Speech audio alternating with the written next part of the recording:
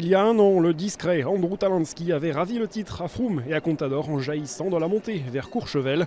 En 2015, Chris Froome, échaudé, a frappé un grand coup face à un autre Américain dans l'ultime ascension de ce Dauphiné.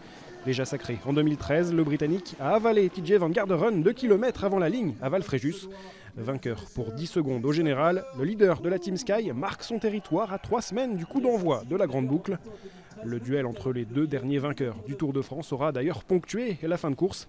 Froome et Nibali se répondent par étapes interposées.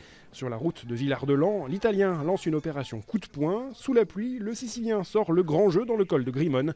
Les Sky et les BMC restent impuissants. L'étape est pour l'opportuniste Rui Costa, mais Nibali endosse le maillot jaune.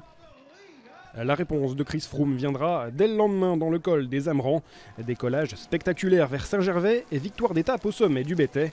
Pour Nibali, coup de fatigue ou suivi du plan marche pour le Tour. En tout cas, l'Italien a calé et termine à près de 4 minutes, même déconvenu lors de l'ultime ascension dimanche. Sacré sur le Dauphiné en 2008 et 2009, Alejandro Valverde, numéro 1 mondial, le vainqueur de la Flèche Wallonne et de Liège-Bastogne-Liège cette année, s'est signalé en suivant Nibali et Rui Costa vers Villard-de-Lans. Il termine 9e au général. Son compatriote Joaquim Rodriguez, 8e, monte gentiment en puissance avant tour. Côté français, 8 ans après la victoire de Christophe Moreau et en l'absence de Thibaut Pinot et d'Arnaud Démare, ce sont Nasser Boigny et Romain Bardet qui ont animé cette 67e édition. Le premier rejoint Modane avec le maillot vert grâce à 2 succès à Villars-les-Dombes et à Sisteron. Romain Bardet est sorti du bois pour la première étape de montagne de ce Dauphiné.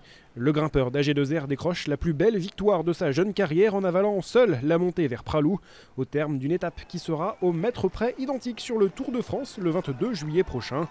Retour à la réalité dès le lendemain pour Bardet avec une chute à l'approche de Villard-de-Lans. L'alti-ligérien termine 6e du général. Enfin, on retiendra la belle semaine de Daniel Tecléa-Manotte qui rejoint Modane Val-Fréjus avec le maillot de meilleur grimpeur.